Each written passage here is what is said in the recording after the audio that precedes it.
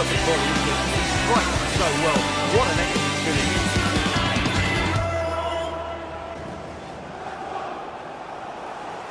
Hello everyone, welcome back to the channel. My name's Outland for Set Play Gaming. This is the FIFA 23 West Brom career mode. It is the Road to Glory with Aidy Boothroyd, Season 5, Episode 114. Before we get on with today's games, some bad news.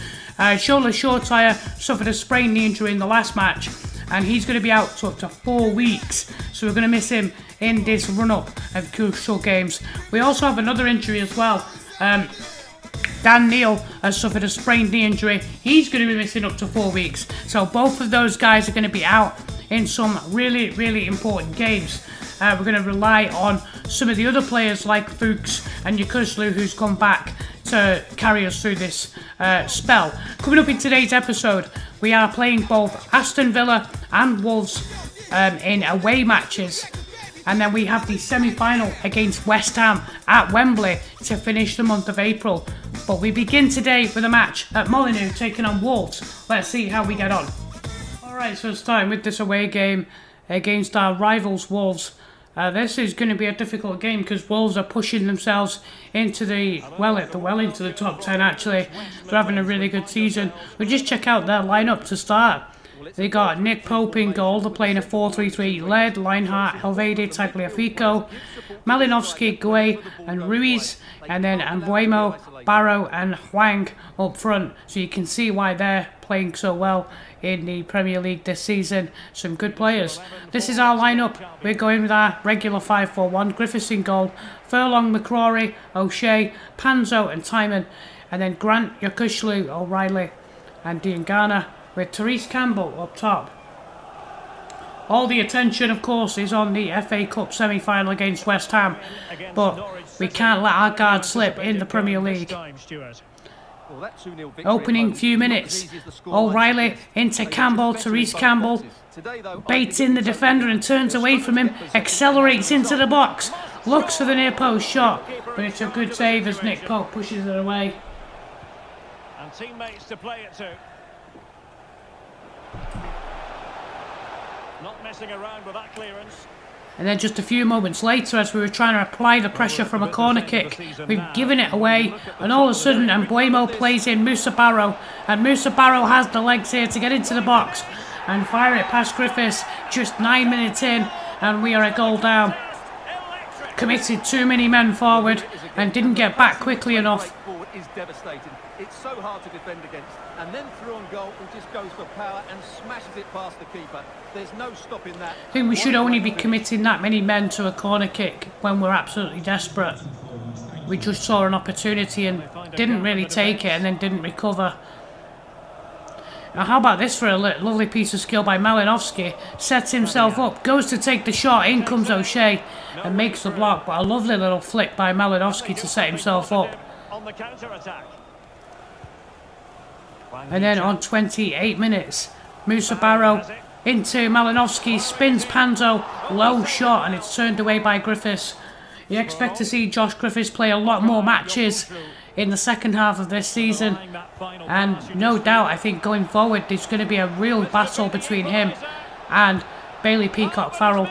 A great chance here on 34 minutes, but Karlan Grant completely fluffs his lines. And then on 40 minutes, just before half-time, Hwang gets the 1-2, goes for the shot and hits the post. He actually beats the goalkeeper and it thumps off the post. This was close. And then on the right on stoppage time, Yakushlu plays in Campbell and a near post shot kicked away by Nick Pope as he keeps the 1-goal lead intact. I thought he'd actually kicked it into his own net. At half-time we are losing 1-0 to Wolves. Musa Barrow's counter-attack goal is the difference. Then on 60 minutes, Malinowski's free kick over the bar, but just over the wall as well. I have to say, I thought that was going in, but as you said, Derek, just over the crossbar. He couldn't quite get it back down quickly enough. And then a few minutes to go until the final whistle. We really gave it a good push. You'll see Furlong's going to swing the cross in. Batshuayi loses out here, but then recovers, sets up Bellingham. he tries to, I don't know what happened there, he didn't generate enough power in the shot. Then from the corner kick, it's acrobatic attempt, and then the follow-up by Bellingham is pushed away by Pope. You'll see the cross comes in here, an acrobatic attempt. I think it's Batshuayi trying to do that. And then another corner kick. Our goalkeeper's in the box there trying to get the ball in, but they frantically get it clear. Griffiths is still up from the corner kick. Bruno Lage would be happy with just a 1-0. And then into stoppage time, O'Shea tries to pull it back, it's intercepted. And then Lineheart gets it clear. Moussa Barrow into Mbeumo, they're looking to counter-attack again here. And in comes McCrory, he loses out. And Mbeumo intercepted by Panzo, it's not a good header. And then Caprari's half volley, I think it is. It's a really poor header from Panzo. Tees it up nicely. And Caprari needs to be going for the other corner. It's a good save by Griffiths. And so it's not to be this time round. It's a narrow loss to our rivals, Wolves. And hopefully, doesn't affect us too much. We kind of knew that this was going to be a difficult game for us. But thankfully, we did pick up a win in the last game. So we'll be looking towards the Villa game now to try and pick up a point or possibly more. Alright, here we go. Game 2, Aston Villa. And it's another away game. We really could do with picking up a point here against Aston Villa. We're not going to go to the line. We're going to go straight into the action. We just need to try and get something from this game. Opening couple of minutes. It's played through Cabral with a powerful shot near post. And it's pushed away. Not sure how he managed to get around the Vandenberg there. Steven Gerrard asking for more pressure. And then swung in and Batshuayi gets his head to the ball. Rashica holds the ball up and gets away from Odriozola. He's going to run this down this channel. He's looking for support in the box. He cuts back inside here. And then how about this? Rashica with an absolute humdinger of a shot. And beats Bentley in goal. What a start that is. Well, here it is again, and the pace in which they break forward is devastating. It's so hard to defend against, but there's still plenty for him to do. We've seen him do this kind of thing before, Milat Rashica. He's just not done it enough this year in the Premier League for us. I think that's only his second goal in the Premier League. And then, just after 10 minutes, Batshuayi pulls it back. Hayden into Bellingham. Bellingham one more time into Diangana. And it's 2-0 after just 11 minutes. I expected a really tough fight here from Steven Gerrard's Villa. But 11 minutes in, we are 2-0 up. Are you kidding me? Villa's defence all at sea. No wonder they're in the bottom half of the table, struggling in the second half of the season with this kind of defending. And then on 15 minutes, Wijndal gets the give and go.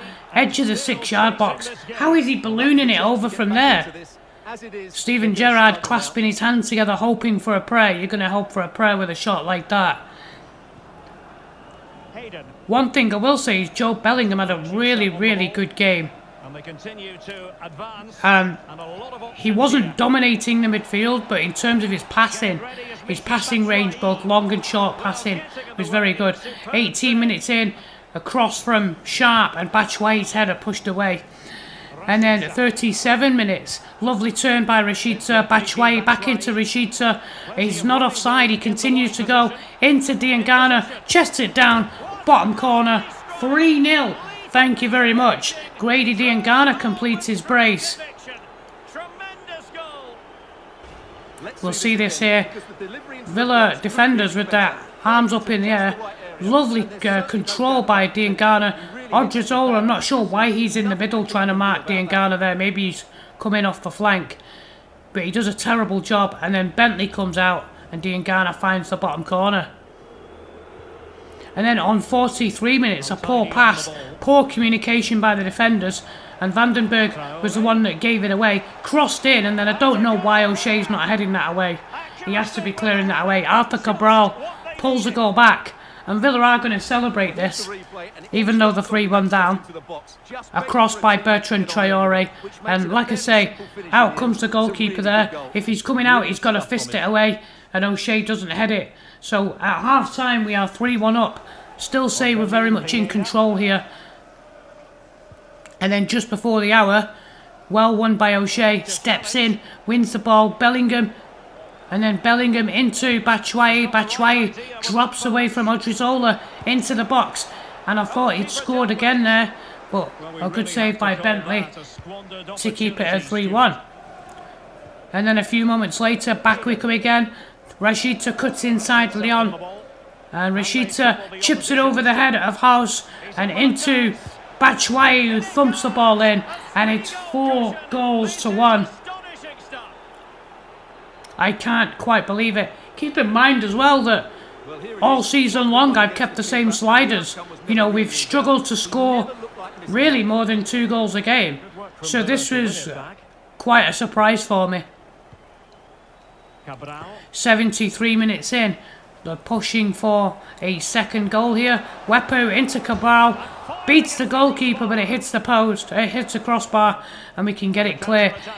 85 minutes in, Garan Kowal wins the ball from Leon, accelerates away into the box, and he's into the box. What a chance for Garan Kowal, but he blasts it wide.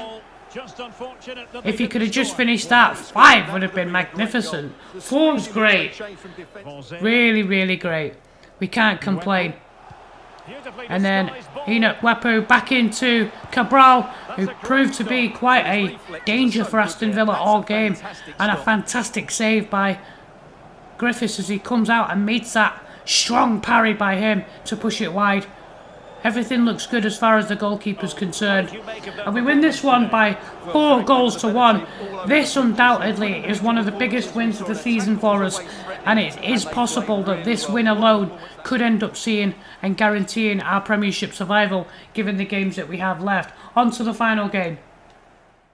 Alright, we're going to take a quick look at the Premier League table with 4 or 5 games left to play. Manchester City with a narrow lead over Liverpool, who are in 2nd. Spurs in 3rd, Chelsea 4th, Arsenal 5th, Manchester United in 6th. West Ham and Wolves in 7th and 8th make up those top 8 positions. The battle for European qualification continues there at the top. Now that's anything to do with us, right now as we drop into mid-table and below, we are 14th with 8 wins from 33 games. You can see we're on a -9.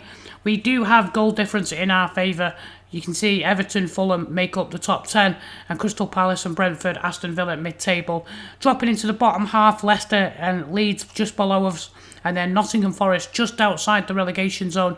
The bottom 3 sides right now are Newcastle, Bournemouth and Norwich, and you can see that we're on 32 after that win over Villa. Here are the results here. Liverpool drew with Chelsea 1-1 in round 6 of the FA Cup. Chelsea won on penalties. Leeds knocked out by West Ham. We beat Newcastle 3-1, and Coventry were knocked out by Leicester 2-0. Here we are, West Ham United in the semi-final of the FA Cup. And when asked about this, we beat Stoke by 3-0. We beat Newcastle, and Aidy Boothroyd simply said it won't count for nothing unless we make the final. And that is the intention of the team. He wants it to count towards something. You can see that with the lineup that we've gone with today. A very strong team.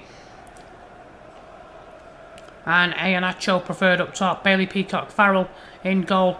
And this is the West Ham team that we'll be facing here.